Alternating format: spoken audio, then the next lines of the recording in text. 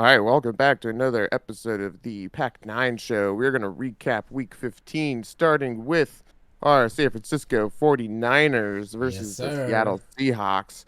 And I watched this game, and, it really never looked like the Seahawks had any chance at any point in this game to make a comeback. Your defense was just so solid. Gino just looked confused out there. Like, he just had no options to go to. The run game was getting stuffed and you guys just kept plodding along. You guys never really broke away, at least not until the third quarter. The first half, ended 14-3, and it took you um, almost the entire first quarter to put some points on the board. But it never really looked like you guys were in any danger. What did you see? Yeah, I think this is this we could Niners could have scored more points, but didn't need to with this crazy defense. The Geno Smith, yeah, he looked confused. He was basically running for his life because every single play there was quarterback pressure. Yeah, It's he got sacked 3 times for 31 yards. That's yeah, that's a big chunk. and then so because of that they have to do quick releases and Metcalf couldn't get open in time. If you look at Metcalf's numbers, Lockett, the people I was worried about, they didn't have too good of a game, thank goodness.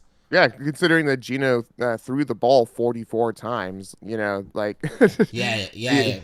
Threw 44 and only got 238 passing your yards. rush defense was just stout. Like the Kenneth Walker, who has been looking great, like since he came in, only managed 12 carries for 47 because you guys just kept uh, putting up points when you needed to and keeping him on the hot seat. And Yeah, Brock Purdy looking still good, still serviceable, yeah. especially for Mr. Irrelevant. It's fantastic. And McCaffrey and Kittle, they kind of just went off for the team, and uh, yeah, they're looking really good. I think, yeah, George Kittle's pretty much you can't tackle him on your own. I Yeah. think that's what we learned, and yeah, so it seems like we were able to clinch that division win, which was probably the best part of it all in Seattle. So that's so nice. And so it's going to be interesting for me, from my perspective.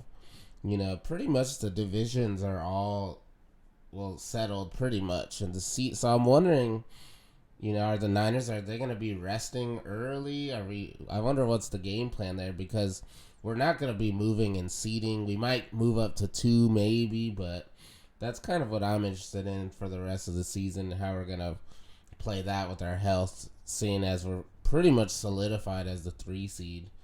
But Yeah, and you don't really, especially with someone like Christian McCaffrey, you don't want to just run him into the ground for no reason. Like, right, why keep him in there? Brock Purdy, you certainly don't want to. I don't even. Do you have who's your backup? we have Josh Johnson, a 35-year-old veteran. You know what? Let's see what he can do to the because Yeah, he might as well. Like, I don't know. I guess getting Brock more reps could be good. Um, so that's a thing. But yeah, yeah, just limiting people that just don't need to be in there and could get injured. Like even Fred Warner. Like Fred right, Warner or Nick Bosa, like why would you want these people out, yeah.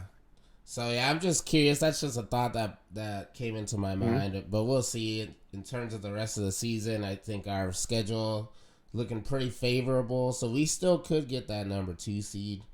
Well, don't But rest anybody this week though, because I need the Washington Commanders to lose. So yeah, we could try to help out the Packers. And now the Packers, we look at their game. They had a Monday night game and they pretty much seemed dominant the whole time. The Rams is way too banged up, and Rodgers was looking pretty nice. What do you see there with the Packers?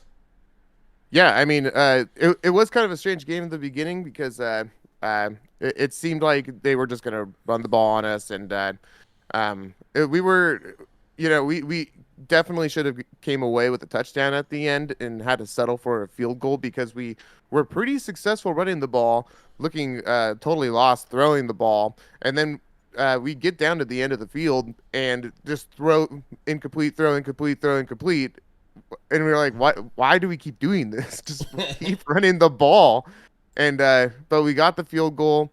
And it was just like at no point in this game could I feel like confident that we were going to seal out this game because throwing two interceptions, man, uh, was terrible, and like and the turnovers this year have been so weird because like in the past 3 years we've been averaging like 11 13 turnovers for the entire year, and at this point we're at 19, and there's still 3 games left, and so this is Yeah, not something that we do very often, and it's like it's kind of devastating when our offense uh, it doesn't have time to get on the field because we kind of slow play it anyway. yeah, uh, but our defense showed up. Really, our in the second half, our rush defense did really well. That's kind of what happened. Because yeah, I mean, like right at the end of the game, uh, LA got a TD, but it didn't really matter, and we just kept running the ball efficiently. We shut him out after the. Oh, I'm sorry. In the fourth quarter, they didn't score. So I was looking at the third quarter.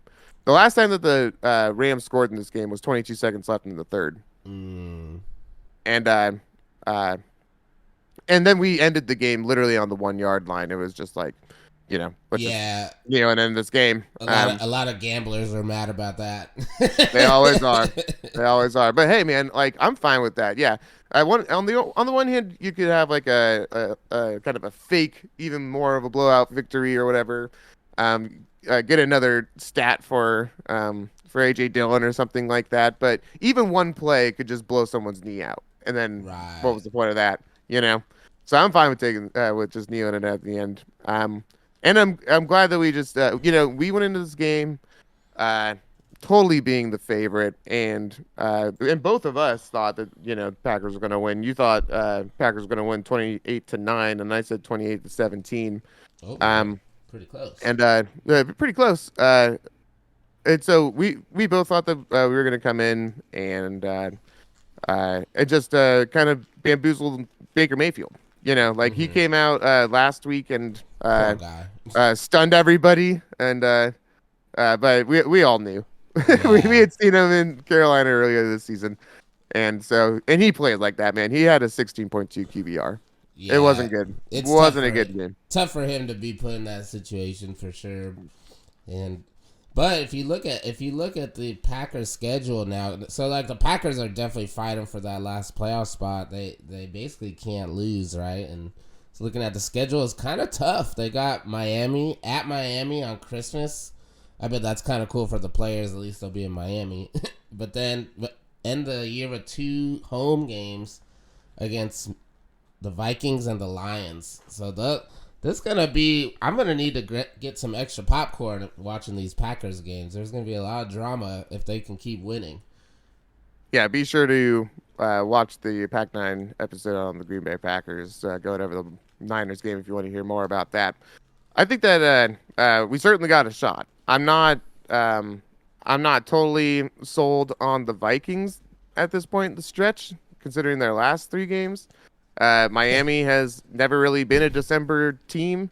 And the Lions are actually the one that is tricky, but that's at the end, and we can see how the standings are shaking out.